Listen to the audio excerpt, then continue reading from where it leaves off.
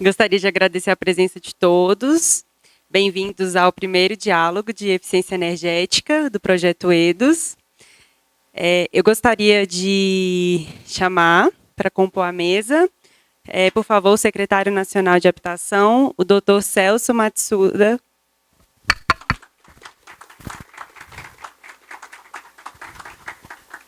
Agora, convido também o diretor do projeto EDOS, da GIZ, Dr. Arndt Helmich.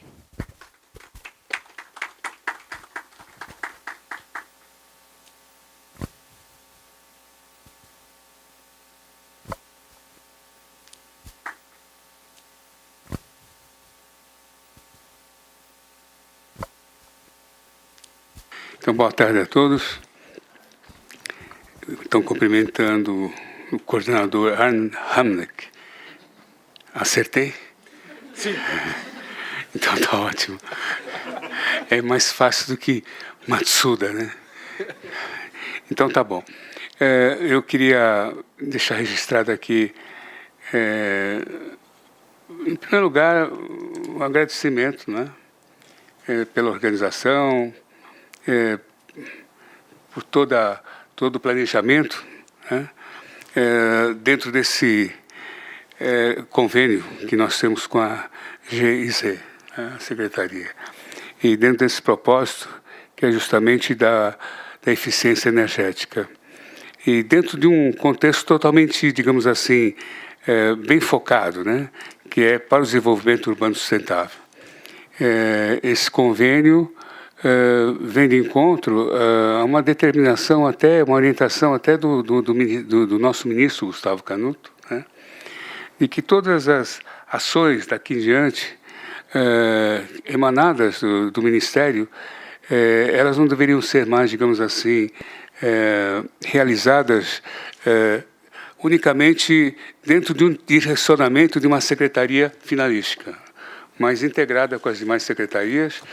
E hoje nós temos aqui no nosso Ministério a Secretaria de Desenvolvimento Urbano, de Eficiência de Saneamento Ambiental, Mobilidade Urbana, Defesa Civil e, se não me engano, enfim, são 6 secretarias e todas elas hoje trabalhando de comum, em atividade.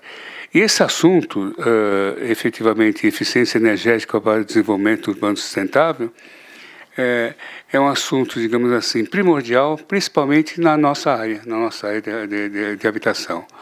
Nós temos problemas, digamos assim, hoje de que o custo, digamos assim, da energia, da utilização da energia, o custo de todo esse processo repercute muito sobre os nossos mutuários, sobre aqueles que efetivamente hoje estão morando, né? Nesses conjuntos habitacionais, estão tendo dificuldades, muitas vezes até de pagamento. Então, é nesse momento que nós chegamos para dizer o seguinte: vamos trabalhar nesse aspecto, mas, acima de tudo, mais do que isso, é dentro de um contexto de qualidade de vida, né? Eu acredito que é esse o propósito. O propósito não é unicamente resolver um problema quantitativo, no sentido de recurso, né, de pagamento, mas principalmente qualitativo, no sentido da moradia digna, que é essa palavra muito utilizada pelo nosso ministro Gustavo Canuto. Então, eu queria agradecer aos organizadores, aos planejadores e também dar, digamos assim, as boas-vindas a todos aqueles que hoje passam a frequentar o curso. Eu disse curso, mas, na verdade, é quase que uma capacitação, né? Na medida em que nós vamos promover aqui diálogos que eu diria de altíssimo nível.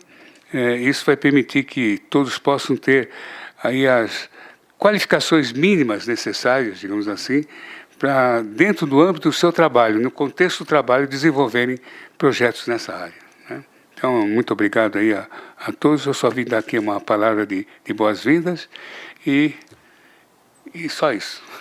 Muito obrigado. Obrigado, secretário. Agora, com a palavra, Dr. Arndt Helmich. muito obrigado, secretário. Também do meu lado, muito bem-vindo, no alemão, herzlich willkommen, são duas palavras, herzlich willkommen para esse primeiro diálogo. Eu queria aproveitar também nessa fala, ressaltar o alto interesse da Embaixada da Alemanha. A GIZ implementa projetos para o governo da Alemanha, ressaltar o alto interesse da Embaixada, como também podíamos ver na conversa que teve na semana passada, e esse alto interesse por temas na área urbana também vai ser refletido no encontro entre o ministro Canuto e o embaixador alemão Witschel no mês que vem.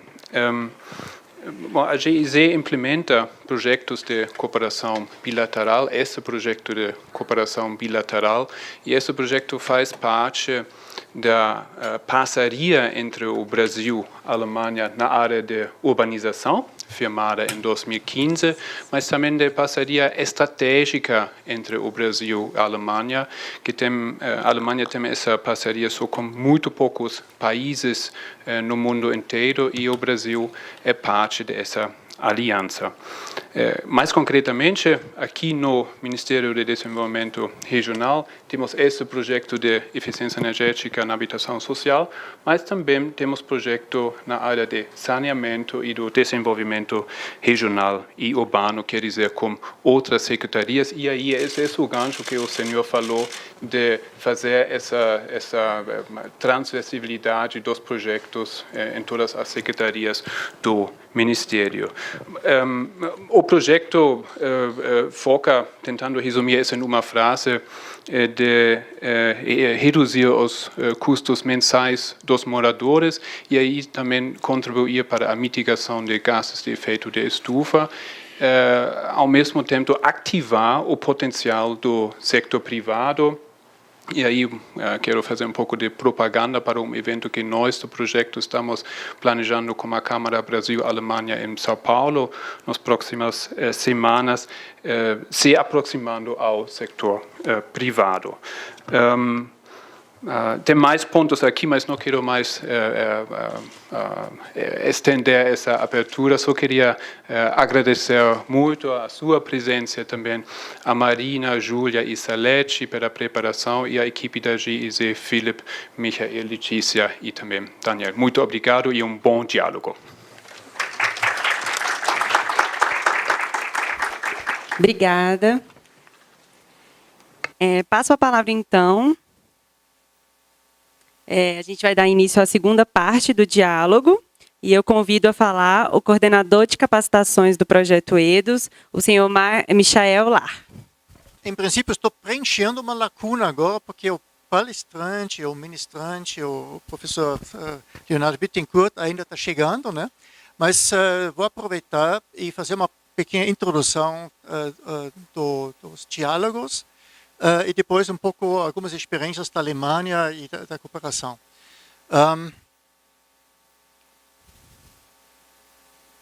Nós vamos começar com uma introdução, depois de uma contextualização internacional, abordagem alemã.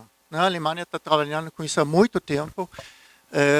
Vocês vão ver a partir da época dos anos 70, por causa da crise de petróleo, né? Porque ficou muito caro, então começou o interesse por esse setor.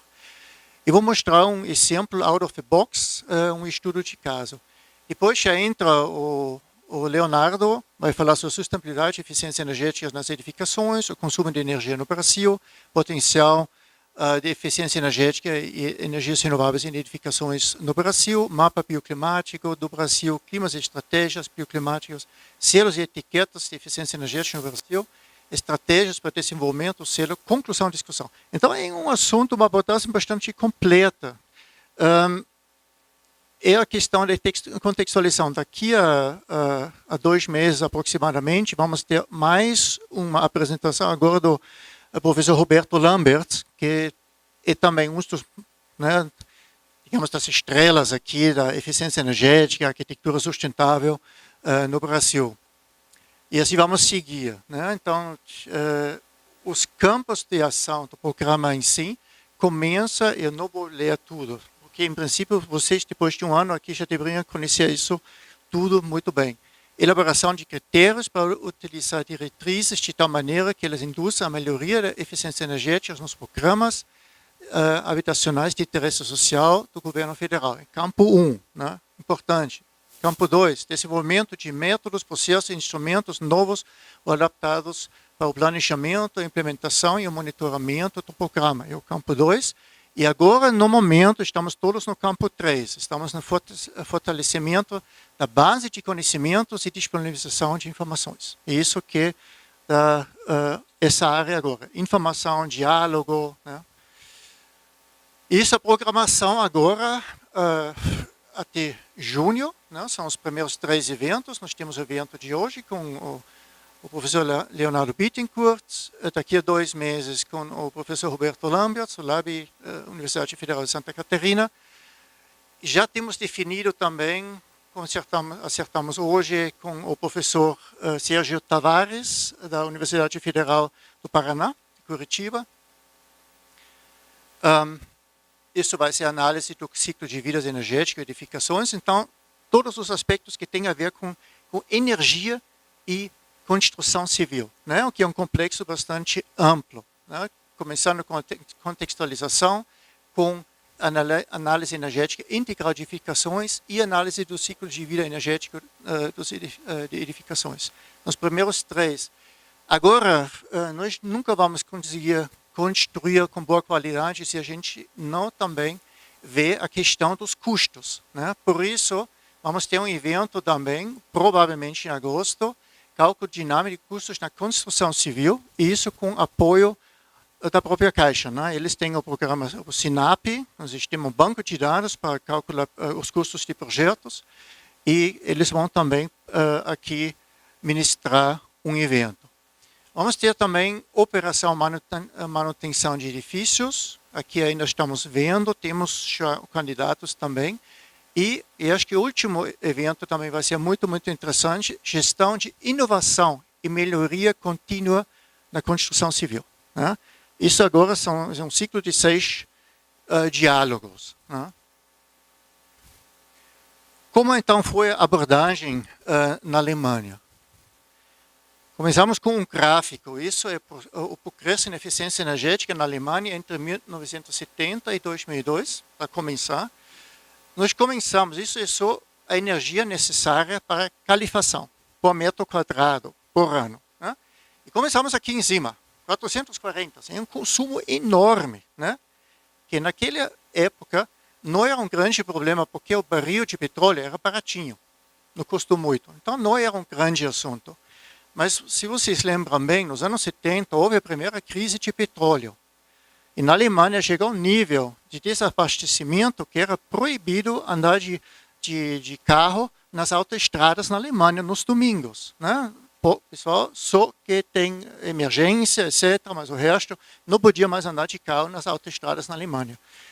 Por causa disso, né? 1973. Então, o que aconteceu? É um país industrial que precisa de energia que tem que ver algum jeito de baixar o custo de energia, e se os sheiks não querem baixar o preço, então outra solução é realmente virar mais eficiente. Isso foi um projeto, em princípio, do governo federal, dos estatais, da indústria, da academia, né? Então, todos os setores da Alemanha participaram nesse desenvolvimento. No caso de edificações, já no final dos anos 70, foi possível construir uma casa Philips em Aachen, né, com baixo consumo de energia, né? O problema era que ainda era muito caro a realização dessas tecnologias, mas a gente aprendeu com isso, né? Testando, medindo, né? Sempre avançando, né? E o que era possível de realizar de tecnologia já entrou aqui na legislação. Isso são as legislações aqui, né? As etapas, né? Foi construída uma casa solar em Landstuhl, outras aqui. E aqui no início dos anos 90, a primeira casa solar, com zero consumo de energia externa, era autarca, né? Então, aprendendo com isso, né, o que era financeiramente viável já entrou na nova legislação. A regra era sempre o custo adicional na construção não deveria superar 1% do custo total. Né? Isso agora é o gráfico um pouco mais bonitinho. A gente vê aqui casas solares, casa de baixo consumo, casa 3 litros, carro zero, calefação. E hoje a gente tem já muitas casas que produzem mais energia do que estão consumindo. Obviamente com placas fotovoltaicas, né? Mas está funcionando. Isso é o padrão das exigências mínimas. Né? Isso é o padrão construtivo.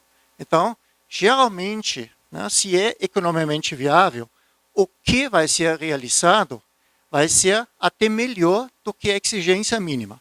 Né? Tem muito a ver com a viabilidade financeira disso. Agora, vamos lá. Isso foi um pouco rápido.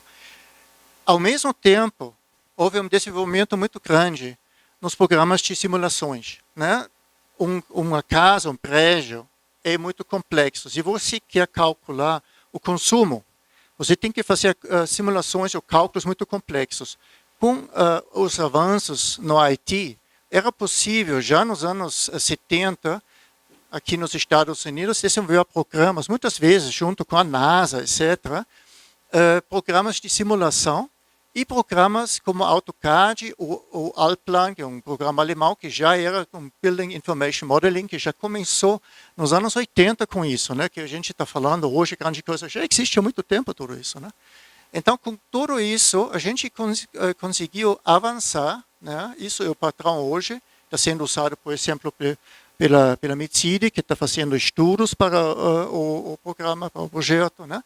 Então, esses avanços ajudaram muito em melhorar o desempenho térmico. Né? Desempenho térmico, eficiência energética, todos esses aspectos.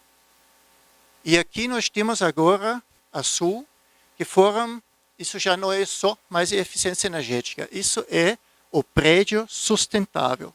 Baixo consumo de energia, baixo consumo de água, um bom conforto ambiental, sem emissões nocivas tóxicas, etc, etc. Então é uma complexidade muito maior.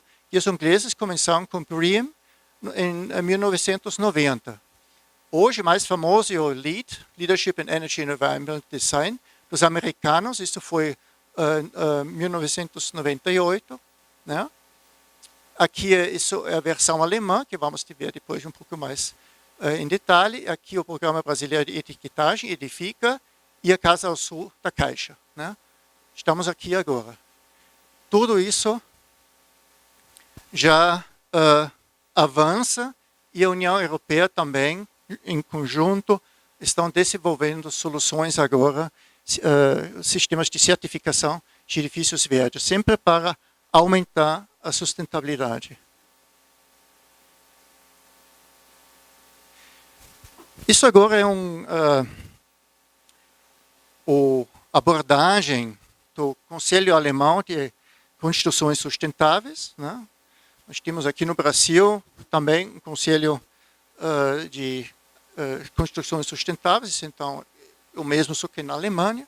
E a gente já vê que a gente já não fala mais só de eficiência energética, nós falamos sobre qualidade ambiental, qualidade econômica, qualidade sociocultural e funcional, qualidade técnica, qualidade nos processos e na qualidade da localização.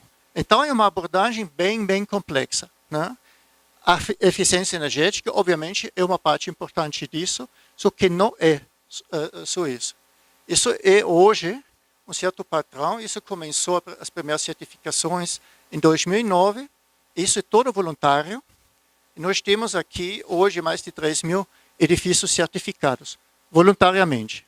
Só para dar uma ideia, para comparar, o selo azul que existe há 10 anos tem, acho que são 14 certificações em tudo. Também é voluntário. Então, por que lá funciona? Porque lá tem uma certificação, uma taxa relativamente alta, enquanto aqui não funciona. Os dois voluntários. Né? Então, vamos lá. Tem os juros. No Brasil, habitação social, nós temos aqui faixa 2, 7%, faixa 3, mais de 8%, e o padrão Caixa são até 10%. Na Alemanha, temos juros negativos e o padrão é 1 a 2%. Isso já é uma explicação, uma das explicações. Né? Nós temos situações um pouco diferentes aqui. Se a gente vê custo de energia, Munique, uma residência com 3.500 kWh por ano, paga em torno de 30 centavos do euro. Aqui em Brasília é a metade disso. Então lá simplesmente a energia é muito mais cara. Né? Agora, custo de construção, habitação, interesse social, Alemanha 2.000 euros por metro quadrado, enquanto aqui é um quarto disso. A gente tem que sempre ver isso um pouco, né? Podemos aprender muitos de outros países, mas também ver as realidades aqui internamente. Interessante também, temperatura média anual. Rio de Janeiro, 23 graus, São Paulo, 18, Brasília, 21. Alemanha, temperatura média anual, né? 8 graus, 13 graus, né? Então, lá, essa questão da calefação é muito mais forte, obviamente, do que aqui. Isso também é uma razão porque lá começou mais cedo, mas a gente vai ver também que faz muito sentido aqui tudo isso. Valorização de mão de obra, outro aspecto que acho muito importante. Enquanto aqui o engenheiro civil ganha mais ou menos como mestre eletricista, arquiteto até ganha menos do que mestre eletricista, a diferença no Brasil é muito grande, não é? É quase o factor 4. Então, quem é especialista em qualidade, que são os mestres bem pagos, outra mão de obra bem paga, também exige mais qualidade. Né? É a expectativa que você tem quando você mesmo é altamente qualificado, mesmo com uma mão de obra como um mestre de obras, e essa formação dual da Alemanha é muito boa, já trabalhei muito com eles em obras, são muito bem formados, não são tão teóricos, mas na prática sabem muito e com isso ganham muito bem, merecidamente. Não, por isso também tem mais exigência. Agora, nós temos, se falamos de eficiência energética, temos motivadores. Primeiro, cumprimento legal normativo. Tudo bem, isso tem que ser feito. Não tem jeito. Agora já vai mais interessante, soluções econômicas de curto, médio e longo prazo. E ali já tem diferenças. Na Alemanha ainda é aceitável 10 anos, né, retorno de investimento, enquanto aqui no Brasil normalmente são 2 anos. Tem a consciência ambiental, que é bom, mas quando começa a custar caro, o pessoal normalmente recua. Né? Tem, e esse é um aspecto que eu vou mostrar agora, um projeto realizado, saúde, bem-estar e produtividade. Né? Então, vou mostrar um projeto da própria GEC no Peru, e vamos começar com o aspecto. Vamos esquecer a eficiência energética por um momento. Né? Vamos falar sobre temperatura, saúde e eficiência. Isso agora é um abaco psicométrico. Aqui é a zona de conforto. Né? Aqui até 26 graus, menos de 20 a 26. Umidade relativa do ar entre 20% até 75%. Aqui a gente está confortável. Né? Isso que nós queremos garantir com nossas casas, nossos prédios. Né? E a gente já vê, continental frio, isso é zona bioclimática 1 aqui no Brasil, é a Serra Gaúcha, por exemplo. Já está para ver, né, o registro aqui dos dados climáticos, que boa parte do tempo estamos fora da zona de conforto, o que significa que precisamos de calefação. Agora, se nós temos uma temperatura, são agora resultados de pesquisas científicas, se temos temperatura, a habilidade, digamos, o ideal são 23 graus, se temos 13 graus, nós perdemos por 40% na habilidade de Deus. Então, trabalhos manuais já ficam mais difíceis, e estudar, e qualquer coisa que você faz também já está mais complicado. Né?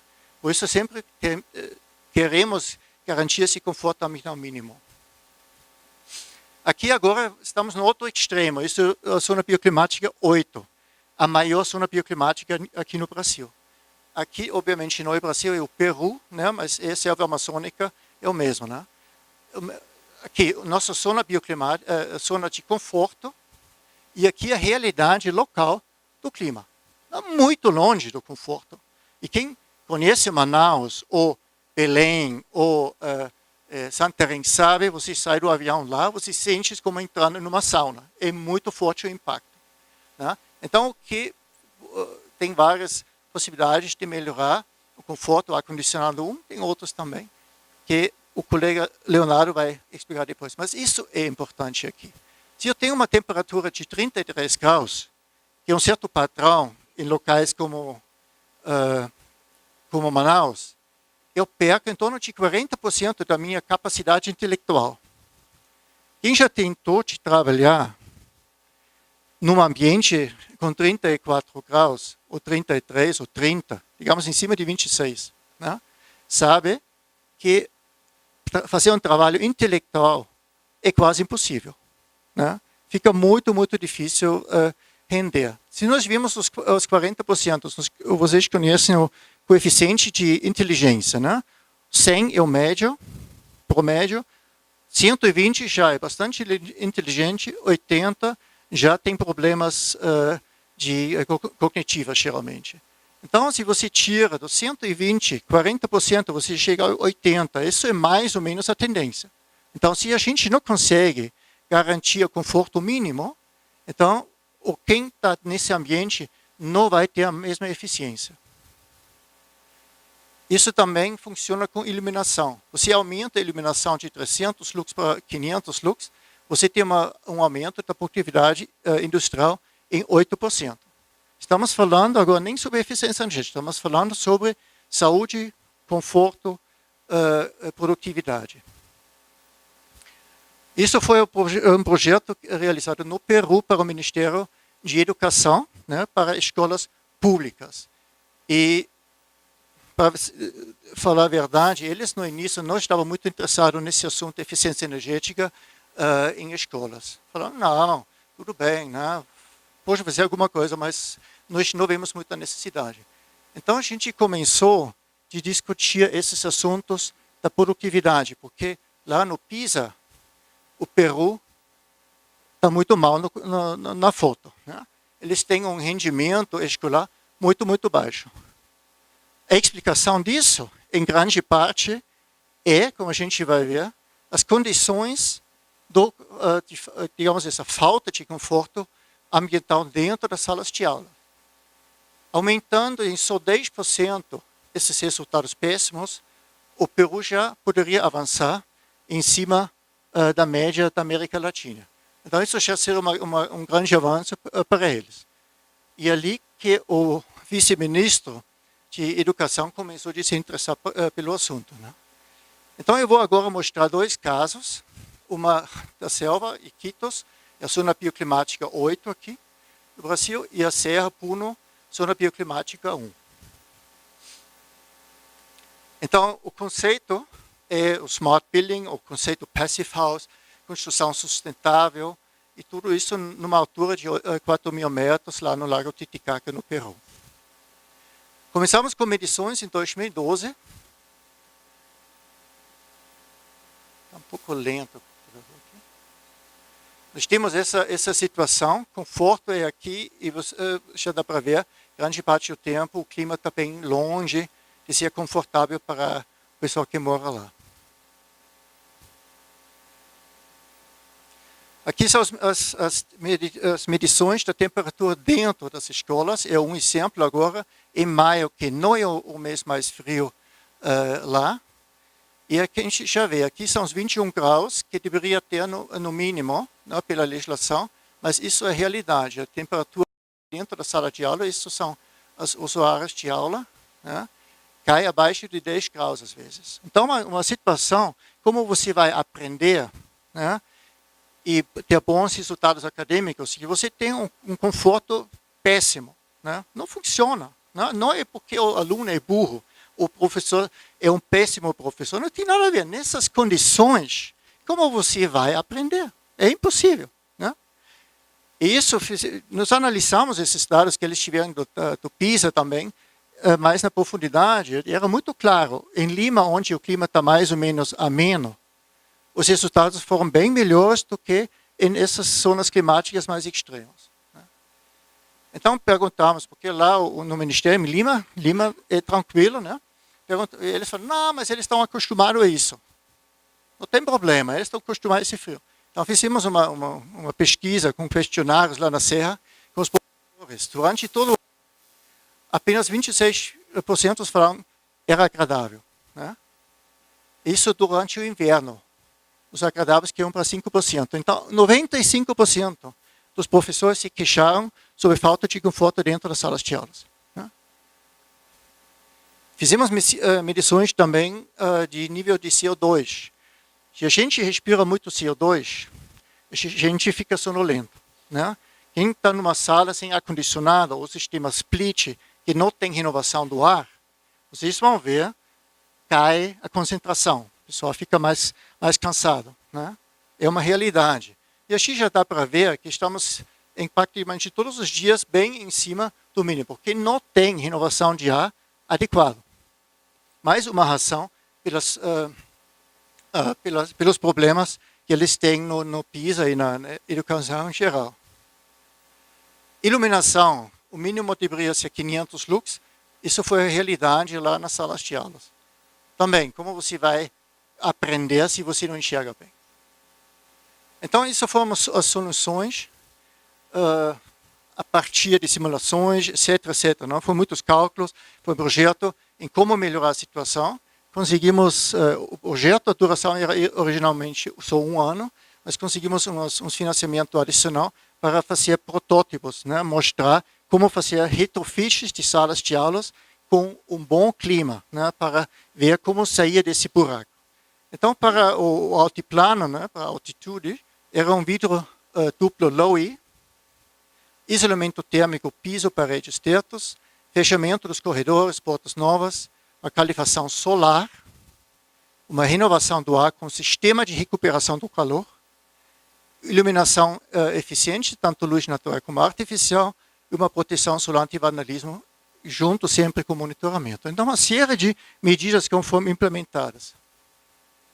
Isso agora é a situação de uma sala que não foi tratada dessa forma. Né? Você vê que começa abaixo com 10 graus, abaixo de 10 graus, sobe um pouquinho, mas nem chega aos 18 graus aqui na parte da tarde. Sempre fica frio nessa sala. Aqui nós temos o momento do input da calefação solar, que é o calor solar do dia anterior, armazenado, injetado no dia seguinte. Essas aulas, você vê como aumenta a temperatura aqui. Chega logo aos 17, 18 graus e chega até 25 graus na parte da tarde. Então, um sistema automático, um sistema, única energia necessária para isso era um pouco a energia que é necessária para uma bomba, mas quem trabalha com isso sabe que é pouca energia para circular o ar, água quente e totalmente automatizado. Então, ninguém precisa cuidar disso, fechar, abrir, funcionou às mil maravilhas. Muito monitoramento para fazer os ajustes finos.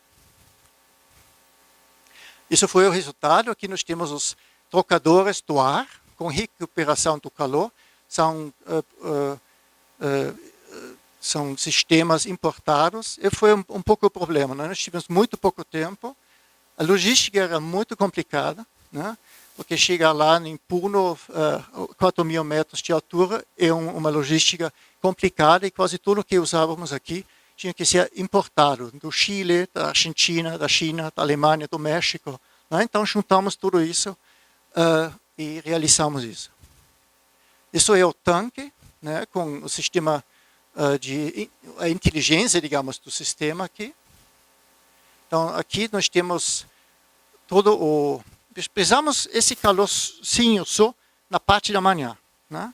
Porque se você tem 30, 40 alunos, cada aluno tem uma emissão de calor em torno de 80, 90, 100 watts. Com esses trocadores de calor, a gente consegue recuperar isso. Né? 70% disso. Só que bem cedo na manhã não funciona. Né? E como a renovação de ar não era muito boa, eles muitas vezes abriam a janela, etc. Então foi uma bagunça antes de implementar esse sistema. Isso que se chama um sistema de casa passiva ou casa smart building, né? Casa inteligente. Né? São os conceitos que você tem sensores que controlam tudo isso. Como foi uma escola bastante deficiente, a gente não colocou os coletores solares em cima do telhado, né, porque, por problemas de estabilidade, não queríamos nos meter muito em tão pouco tempo, então era importante fazer uma coisa dessa. Uma quadra aqui, então a solução foi isso, com uma estrutura metálica com acesso direto, que depois se mostrou muito útil para a limpeza, né, porque na época seca ali fica cheio de poeira logo, e perde a eficiência dessa forma. Então foi o resultado, uma grande satisfação por parte dos professores e alunos. Os professores felizes da vida porque finalmente os meninos e as meninas ficaram concentrados, né? Prestando atenção, em vez de ficar sempre assim se mexendo por causa do frio, etc., aprenderam muito melhor. Houve uma melhoria muito grande na manutenção e cuidado pelos alunos e professores, tendências de melhor aprendizagem, ficaram os professores falaram, mudou tudo, né? Necessidade, agora isso é importante, conscientização constante sobre o uso correto e eficiente dos conceitos e tecnologias aplicadas, né? Porque são tecnologias novas, são abordagens novas. Se você não trabalha com essa conscientização, normalmente, depois de poucas semanas ou meses, ninguém cuida mais e começa a dar problema. Agora, o monitoramento é importante, essa parte inteligente, né, do projeto, e essa limpeza constante dos coletores com vantagem puro pelo fácil acesso. O custo é interessante também, que são em torno de $430 naquela época, lá no altiplano, por metro quadrado, que são 80% do custo de uma escola normal. Parece muito, mas o que acontece lá, geralmente, é depois de 20, 25 anos, eles destroem, fazem uma demolição da escola existente, que está com problemas, e constroem a mesma escola, só uma nova, né? Sem nada disso. Agora, aproveitando da infraestrutura existentes, fazendo isso, fica mais em conta. E também que ficou muito caro lá, como essas estruturas metálicas, etc., que normalmente são abordagens, você integra isso na própria arquitetura, se você tem um pouco mais tempo e recursos, né? Isso foi então a inauguração, isso foi outra estrutura que tivemos que construir para os coletores solares. Grande festa de inauguração, com o vice-ministro aqui, com o governador da província de Puno, os colegas da GESE. Foi uma grande festa para o pessoal, porque eles conseguiram ver que de fato melhorou muito. E agora essa turma, né, já tem uma vantagem enorme em relação aos irmãos mais velhos que não tiveram essas mesmas condições, né? Então eles já vão ter muito mais chance de progredir na vida. Agora vamos para Iquitos. Os conceitos são parecidos só por causa do outro clima, invertidos. Grande problema lá era o barulho, quase 80 decibel na sala de aula. Numa diferença de distância de 2 metros, escutar o professor é quase impossível. Como você aprender nessas condições? É impossível. Até 34 graus de temperatura, uma umidade relativa muito alta, salas escuras, muito problema de vandalismo e péssimos resultados em PISA, notas, etc.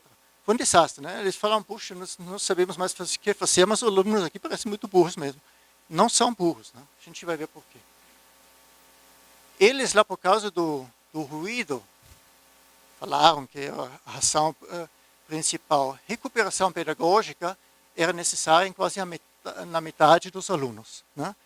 Era tão difícil aprender lá que eles tiveram que passar as férias novamente na escola, tendo um ensino adicional pelos professores, essa vez pagos por eles, para conseguir passar o ano, né? Fizemos mais um questionário, né? E aqui também, né? Durante todo o ano, alguns poucos ainda acharam 3% agradável, mas o resto já achou muito complicado. Durante o verão, é impossível, né? 60% falando que é muito caloroso, muito quente mesmo, né? Aqui as soluções, nós temos aqui um vidro duplo Solar E. Não é mais o Low E e Solar E, um vidro diferente, não é o mesmo vidro. Um vidro que corta a radiação solar, em vez de deixar entrar e segurar o calor dentro da sala. Aqui era muito importante o tratamento acústico, com placas acústicas nos tetos e paredes, ventiladores, sistema split, inovação do ar. E, nesse caso, os mesmos aparelhos, mas agora estamos recuperando o frio. Né? Estamos usando o mesmo sistema, mas invertendo o uso. Nós não queremos mais segurar o calor, queremos segurar o frio de uma sala com ar-condicionado. Iluminação natural, até abrimos novas janelas, porque eram muito escuras antes. Proteção solar, antivandalismo, monitoramento constante de temperatura, umidade relativa, CO2. Trabalhamos um sistema antivandalismo, era um projeto de mosaicos, e sempre importante, manual para uso eficiente e treinamento. Então, tem que ir junto. Né? Não é só implementar e depois largar o projeto. Não, tem que fazer capacitações permanentes, conscientização permanente, entregar logo um manual de uso eficiente, e assim a gente conseguiu, de fato, segurar essa qualidade lá nesses empreendimentos. Aqui a gente já vê a ração do grande barulho ali, são esses mototáxis. Aqui as salas de aula já com esses vidros duplos, né? Que também dá para ver bem o vidro duplo. Sala de aula já reformada, né? Com retrofit completo, placas acústicas aqui, proteção solar, etc. A grande vantagem dessa recuperação do frio, agora estamos chegando à eficiência energética. Né?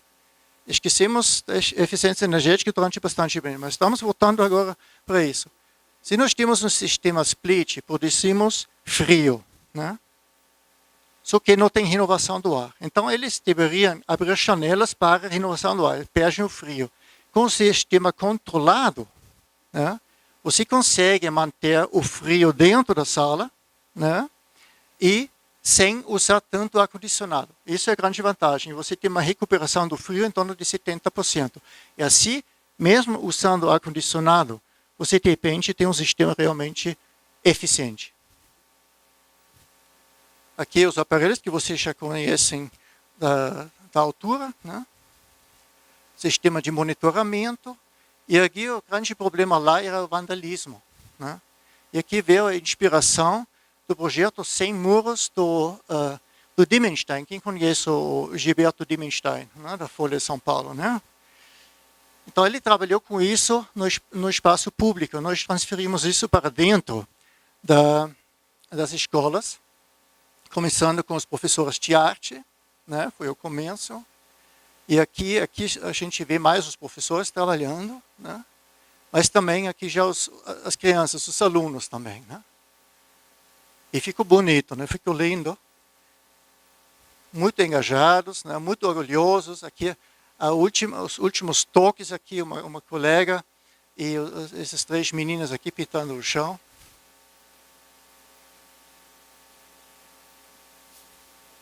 Aqui está quase pronto, né? Está todo preparado para a inauguração. E a gente vê a diferença tremenda, né? Na qualidade do ambiente. E, de fato, com isso, o vandalismo acabou. Não tem mais. Não tem mais esse problema, porque agora é deles. Né? Eles assumiram isso como a sua escola. Né? Então, a gente pode falar sobre eficiência energética, é sempre importante, que é o foco, mas esses são elementos muito interessantes para aproximar os professores, os alunos e todos os envolvidos a esse projeto. Né? Porque a eficiência energética em si não é muito sexy, a gente sabe disso. Né? Então precisamos atrelar isso a outros benefícios. Aqui é a entrada da sala, né? Grande inauguração, novamente com vice-ministro, diretores, governadores, etc. Né? Fez muito sucesso esse projeto. E, de fato, grande satisfação por parte dos professores e alunos, que era novo para eles, que como não tinha nem ar-condicionado no início, agora era necessário energia para ar-condicionado, custo. Né? Depois do primeiro mês, eles se desesperaram. De onde a gente vai tirar o dinheiro para pagar ar-condicionado? Agora, lembrando que uma escola nesse clima, sem ar-condicionado, que é o objetivo de uma escola? É que as crianças aprendam alguma coisa. Se você está com 34 graus, você pode ficar em casa, porque você não vai aprender absolutamente nada. É tempo perdido mesmo. Então, precisa de climatização, não tem outro jeito. Agora, a questão é como você faz a climatização. Né?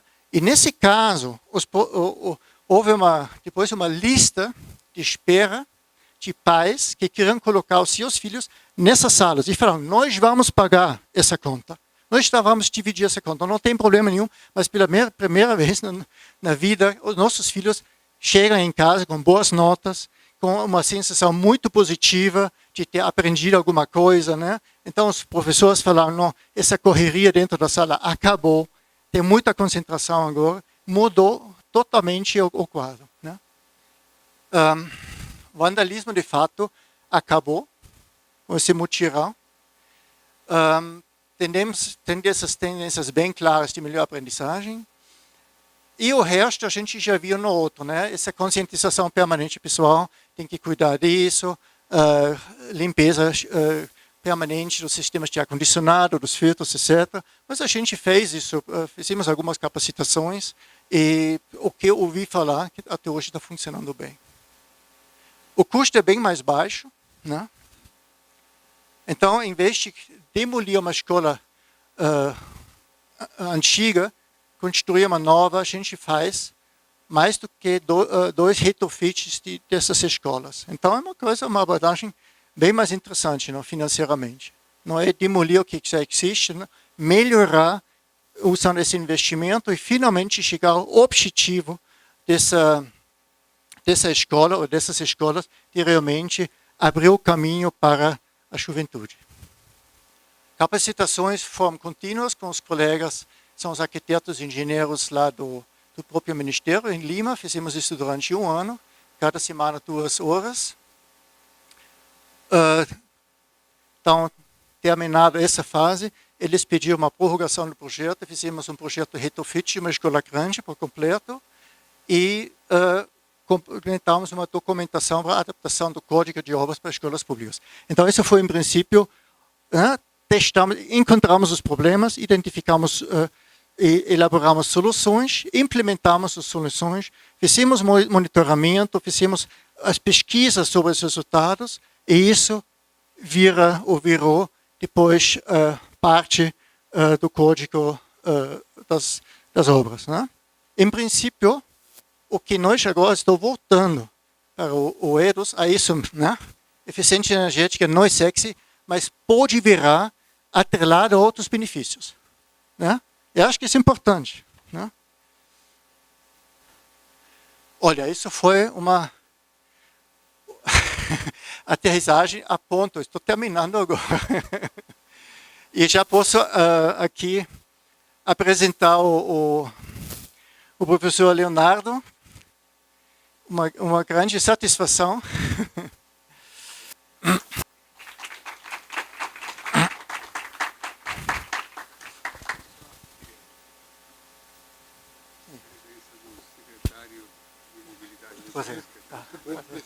Obrigado. Leonardo, grande satisfação. Como você está? Faz tempo, né? Tá.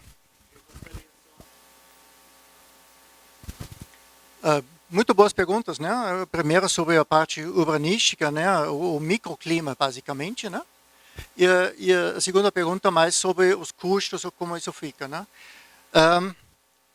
Boas observações. Primeiro concordo 100%, né? Essa parte do microclima, como eu consigo melhorar o microclima, é extremamente importante. Nós temos mais fácil de plantar árvores, né? Segundo, hoje, telhado verde também não é mais uma coisa milagrosa, uma coisa bastante comum já, para segurar a chuva e usar através da evaporação. É um resfriamento por evaporação, é o efeito. E não sei quem conhece bem o Rio de Janeiro, Praça Mauá, né? É um inferno no verão, não? Chega a 40, 50 graus. Você vai no mesmo dia, mesma hora, no Jardim Botânico, a temperatura da 5, 10 graus abaixo disso, né? Tem um impacto muito, muito grande, né? Então, 100% correto, até verde nas fachadas, né? Já está começando a ver isso agora até em São Paulo, lá mais, acho que menos pelo calor, mas pela estética, esses túneis, etc., né? Mas é bom isso, né? Tem um grande potencial nisso, e eu tenho certeza que os colegas estão preenchendo uma lacuna aqui, né? Ainda tem o Leonardo Bittencourt aqui, na próxima vez o Roberto Lamas, ainda estava só no início. Tenho certeza que os colegas vão falar mais sobre isso. Outro assunto foi o custo, né?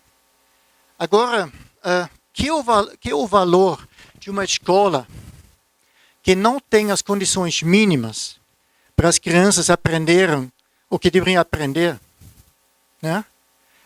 Então, em princípio, isso é um cálculo, ao meu ver, errado, né? Porque eu continuo uma escola, porque eu preciso ensinar as crianças. Se eles não conseguem, porque é muito quente, não tem luz, é muito frio, né? Não tem condições mínimas, é uma perda ao médio e longo prazo para o país, para o desenvolvimento do país, né? Então, você atrasa o desenvolvimento porque você não consegue providenciar as condições mínimas dentro das salas de aula. Concorda? Então, em princípio, a questão não é se precisamos fazer isso. Não, claro, nós precisamos garantir as condições mínimas de conforto ambiental mínimo, né? A questão é agora, como eu faço isso de forma mais inteligente, com menor consumo de energia? Isso é onde precisamos chegar, porque se você vê uma bagunça que a gente encontrou lá, né? Não adianta, né? Você pode deixar as crianças em casa mesmo, porque não vão aprender nada, né? Então, a função, o objetivo básico da escola já não está cumprido, né? Sim.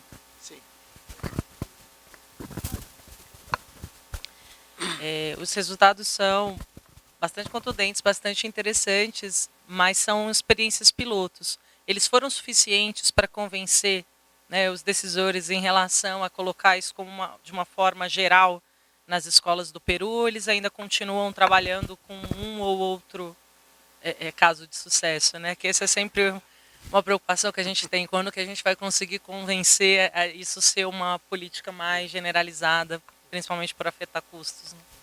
Também, ótima pergunta, né? Só para explicar, esse projeto, esse dinheiro que nós tivemos foi uma sobra do projeto Ecolégio, que era, o projeto Ecolégio em si era inserir a sustentabilidade no currículo escolar, né? E depois, já no último ano, que eles pensaram, puxa, mas será que não podemos melhorar um pouco a escola também? Não podemos economizar energia, economizar água? Então, fizemos essa licitação internacional e entramos ali para trabalhar um ano, para dar algumas dicas como melhorar. Depois, começamos a pensar, não, mas está péssimo mesmo, não é só economizar energia, não é só economizar água, a gente precisa providenciar as condições mínimas para os alunos, né? Isso, e para os professores também, assim não funciona. E conseguimos, através dessa lógica, não, vocês estão, infelizmente, não muito bem no quadro do PISA, etc., etc. Então, acho que a hora é pensar em como melhorar, e a XIC conseguiu disponibilizar mais um dinheirinho para a realização, foram apenas 9 salas de aulas, né? 6 lá em cima, em 4.000 metros, em Puno e Juliaca, e 3 em Iquitos, né? Para mostrar como poderia ser feito, né? Eles gostaram tanto dos resultados que esse colégio que a gente viu, que é a estrutura metálica em V, e já foi um projeto depois, mais uma prorrogação do projeto, para fazer um projeto completo, né? Esse um colégio enorme, com 2.000 alunos, né? Muito grande. Isso foi, só que depois, de fato, secou o dinheiro e saímos. Mas isso foi já, e o financiamento das obras era previsto pelo próprio Ministério da Educação. Isso já não era, a única parte paga foi a consultoria, né? A parte da XIC. O resto já foi mesmo do próprio Ministério. E como também tivemos essas capacitações paralelas com os arquitetos e engenheiros do próprio Ministério, e acho que muito desse conhecimento, junto com toda a documentação disso, né, ajudou para implementar muitos desses aspectos. essa conscientização no ensino é importante, porque quando chegamos lá em Lima, eles falaram, pessoal, estão muito bem-vindos, mas o que vocês estão fazendo aqui? Né? Nós estamos produzindo escolas a centenas por ano, né? Sabemos como se faz, estão muito bem-vindos, mas de fato nós não sabemos o que vocês podem contribuir para isso. Né? Então, a recepção foi amigável, mas não tinha muita prioridade esse assunto para eles. Só apareceu no percurso do projeto. Né? Então,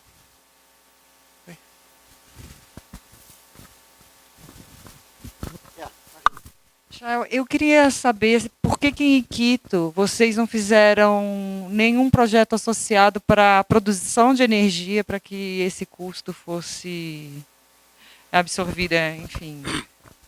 Isso aumentaria, dobraria o investimento? Qual que é o parâmetro de vocês? Isso foi em 2012, né? Foi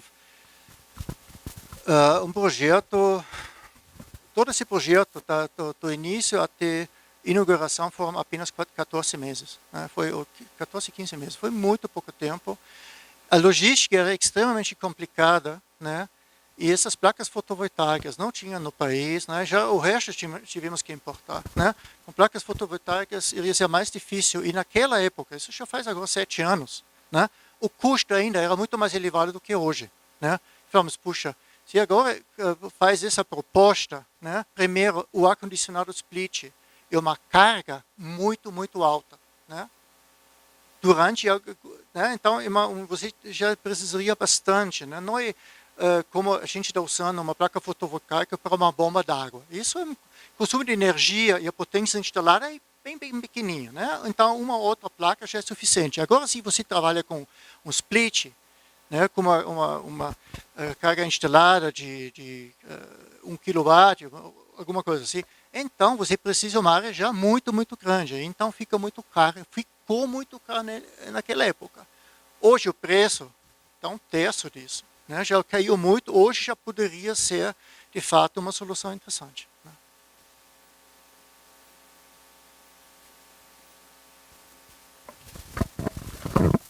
Como você falou, 7 anos, né? Passou. E depois teve experiências semelhantes nos outros prédios institucionais, buscando essa eficiência energética lá. E houve algum tipo de incentivo, por exemplo, de empresas que fabricam esses equipamentos que lá não tinham, de repente começarem a fabricar lá e comercializar lá? Foi uma pergunta interessante. Primeiro, pela parte da tecnologia, né, já existente, não existente, abriram novas vagas. Nosso problema era, de fato, que essas esquadrias que você precisa para um vidro duplo é o dobro do peso de um vidro normal, logicamente, né, são 2 panos de vidro. Então, essas esquadrias no Peru, naquela época, não existiam. Então, tivemos que importar isso. No Chile, foi uma grande empresa, Miyamoto, em Lima, que trabalhou com vidro, se interessou pelo projeto, etc. Que depois ficou muito difícil na obra, porque eles nunca tinham trabalhado com isso, né? Então a gente passou muito tempo na supervisão também, na fiscalização, supervisão, mostrando como se faz. Mas isso eu tenho certeza que hoje já está. Eu saí depois para outros países, né? Não sei exatamente o que aconteceu, mas isso foi com certeza um elemento que a gente conseguiu trazer para o Peru, porque não tinha muito isso, não tinha isso. A questão dos coletores solares, né, em Arequipa, no sul do Peru, né, também no altiplano, mas não tão alto, é famoso pela produção de coletores solares. O problema era a qualidade, que era muito baixa. Né? E como nós sabíamos, né, se você tem em Iquitos não instalamos, mas lá em Juliaca, em Puno, nessas regiões, difícil de acesso, etc., instalações, você não pode arriscar agora baixa qualidade, né? Porque você não tem manutenção, é muito complicado tudo isso. Então a gente importou isso do México, né? Porque lá é uma produção já industrializada, enquanto no Peru ainda era artesanal. Só que você começa com isso, né? Imagina você lança um grande projeto de escolas sustentáveis, né? Você tem milhares de escolas. Só para dar uma ideia, só Manaus, fizemos projeto lá também, 400 escolas só na responsabilidade do município, mais 400 mais ou menos do Estado, né? Então, você cria um mercado muito grande e com isso fica bastante interessante começar uma produção no próprio país. Se você não tem demanda, ninguém vai querer produzir, porque é um investimento inicial relativamente alto. Então, você importa, né? Então, fica mais caro, né? Mas então, e empresas públicas, de fato, né? Depois do projeto sair, e assumir outro projeto, não sei como continuou. Isso foi o próprio governo do Peru, né? Pediu até a GIZ, nas negociações intergovernamentais, para ampliar esse projeto e fazer um projeto muito grande disso, junto com o KfW, com financiamento e tudo, porque eles viam muito potencial, né, nessa área. Só que, infelizmente, os processos burocráticos, né, já tem previsão para os próximos 4, 5 anos. Esse dinheiro já não está mais disponível, etc. Então, se você quer um projeto de forma imediata, é quase impossível, né, infelizmente. Então, o Leonardo já está esperando aqui, né? Então, eu acho que não tem mais perguntas agora.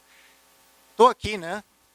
Se tem mais perguntas depois, me podem perguntar, com muita satisfação. E agora é uma grande satisfação de chamar o professor Leonardo aqui para continuar